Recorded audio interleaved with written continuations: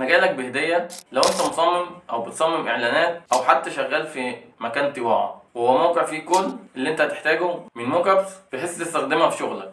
اول ما بتدخل على الموقع بيظهر لك شويه موك ابس، ولكن مش ده المميز في الموقع. لو جينا فوق كده في بدايه الموقع نفسه، اولها الموك اب محتاجه يظهر على ايفون او اي ماك او ايباد وهكذا. وفي اختيار تاني اللوجو بتاعك انت عايز تعرضه على انهي منتج، وفي جزء تاني لعرض اللوجو بتاعك على منتج. لو اخترنا وليكن ايفون، هتلاقي جاي لي كل الموك ابس الخاصه بالتليفون. طب انا عايز اعرض على تيشيرت مثلا، هتلاقي جاي لي كل الموك ابس الخاصه بالتيشيرتات. هنا انا عايز اخلي الموك اب بتاعي على بانر، زي ما انت شايف جايب لي عدد من البانرات بشكل مختلف. نفس النظام لو خليته بوكس، وهتلاقي كل اللي انت بتدور عليه في الموقع ده من ناحيه عرض اللوجو. اسم الموقع موك اب تي، خد سكرين شوت او هتلاقيني كاتبها لك في التعليقات.